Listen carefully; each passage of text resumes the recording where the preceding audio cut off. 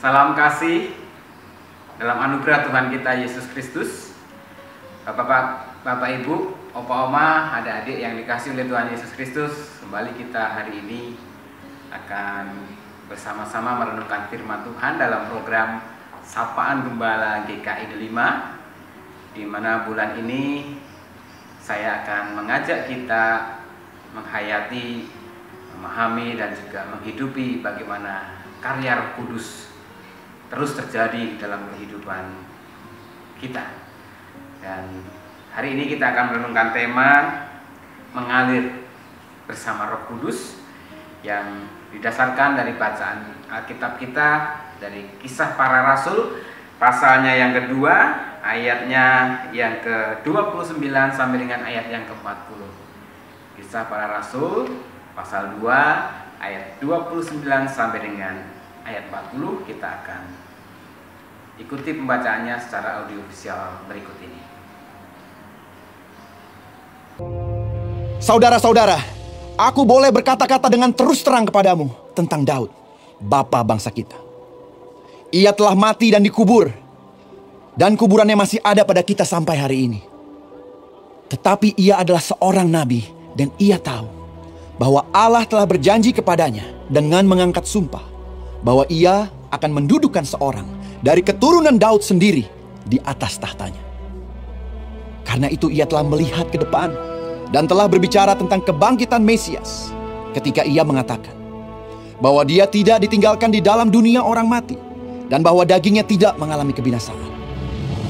Yesus inilah yang dibangkitkan Allah, dan tentang hal itu kami semua adalah saksi.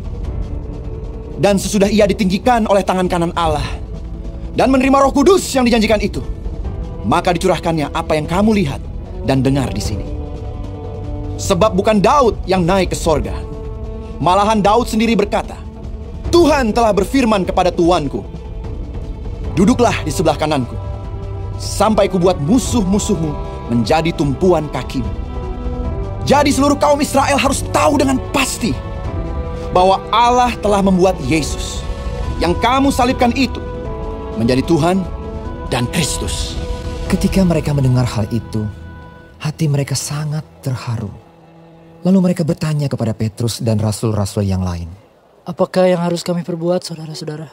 Jawab Petrus kepada mereka, bertobatlah dan hendaklah kamu masing-masing memberi dirimu dibaptis dalam nama Yesus Kristus untuk pengampunan dosamu. Maka kamu akan menerima karunia Roh Kudus. Sebab bagi kamulah janji itu, dan bagi anak-anakmu, dan bagi orang yang masih jauh, yaitu sebanyak yang akan dipanggil oleh Tuhan Allah kita. Dan dengan banyak perkataan lain lagi ia memberi suatu kesaksian yang sungguh-sungguh, dan ia mengecam dan menasihati mereka. Katanya, berilah dirimu diselamatkan dari angkatan yang jahat ini. Nah, Bapak Ibu yang kasih dalam Tuhan Yesus Kristus, pembacaan Alkitab kita pada hari ini merupakan rangkaian kisah yang ditulis oleh Lukas tentang bagaimana Roh Kudus yang sudah dicurahkan di hari Pentakosta kepada para rasul pada saat itu benar-benar memberikan urapan yang luar biasa, memberikan kegerakan yang luar biasa kepada para rasul saat itu, terutama dalam pemberitaan Injil Tuhan Yesus Kristus. Kalau tadi kita perhatikan Bapak Ibu Opa Oma ya, bagaimana Petrus maksud saya, yang sudah bertobat, menyadari setelah dia menyangkal selama 3 kali dan kembali setia untuk menjadi pengikut Kristus dan sekarang menjadi saksi Kristus dan mengikuti apa yang menjadi firman Tuhan sebelum Yesus terangkat ke surga. Maka kita melihat bagaimana Petrus mengalami perubahan yang luar biasa. Utamanya kalau kita perhatikan fokus kita pada bacaan kita hari ini, Petrus dapat menjelaskan dengan baik tentang firman Tuhan dalam perjanjian lama. Khususnya Petrus mengutip dari Mazmur 132 ayat 11 dan juga 2 Samuel ayat 7 sampai 12 dan 13 dari bacaan kita hari ini. Nah, Petrus dapat sedemikian rupa menjelaskan kepada orang-orang pada saat itu sehingga orang menjadi mengerti, bahkan akhirnya mau untuk dibaptiskan juga. Luar biasa kan Bapak Saudara, Petrus itu tahu. Kita tahu ya, Petrus itu adalah nelayan biasa, orang udik, orang yang tidak berpendidikan, tidak memiliki latar belakang akademis. Tetapi ketika dia menjelaskan tentang karya Yesus, kehidupan yang dialami Yesus terutama setelah kebangkitannya, banyak orang menjadi terkagum-kagum, banyak orang menjadi mengerti, paham, dan akhirnya mau percaya kepada Yesus yang adalah Mesias, juru selamat bagi bangsa Yahudi yang sangat dinanti-nantikan sejak zaman para nabi terus diberitakan. Itu yang membuat Petrus mengalami kegerakan yang luar biasa. Petrus telah membongkar kesadaran pikiran dan hati nurani orang-orang yang pada saat itu secara sadar atau tidak telah menjadi orang-orang yang ikut menyalibkan Yesus. Namun peristiwa hari itu membuat mereka tersadar dan akhirnya menyadari dan mau bertobat dan percaya Yesus adalah Mesias. Bapak Saudara, yang menjadi poin kita adalah bagaimana perubahan yang dialami oleh Petrus. Yang dia sempat menyangkali diri, menyangkal tentang Yesus yang dia tahu, yang dia ikuti, tetapi kemudian dia bertobat dan mendapatkan perjumpaan pengalaman spiritual pribadi dengan Yesus sehingga dia mengalami perubahan komitmen sehingga dia mau sungguh-sungguh mengikuti Yesus, bahkan sampai 3 kali Yesus mengkonfirmasi itu.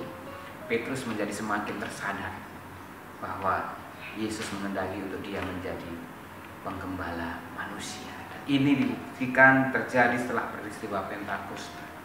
Inilah karya Roh Kudus yang terjadi, dialami oleh Petrus. Bapak Ibu dikasih dalam Tuhan Yesus Kristus, dari hal ini saya mengajak kita untuk juga menjadi lebih optimis, menjadi lebih bersemangat ketika saat ini kita adalah juga saksi-saksi Kristus di tengah dunia ini, bahwa kita pun juga harus terus memberitakan Injil bahwa Kristus Yesus adalah juru selamat manusia, meskipun saat ini kita dalam banyak kekurangan, keterbatasan, atau bahkan mungkin juga memiliki pengalaman, kenangan masa lalu yang memalukan, memilukan. Tetapi ketika hati kita benar-benar sudah bertobat, percayalah, Roh Kudus akan bekerja dalam hidup.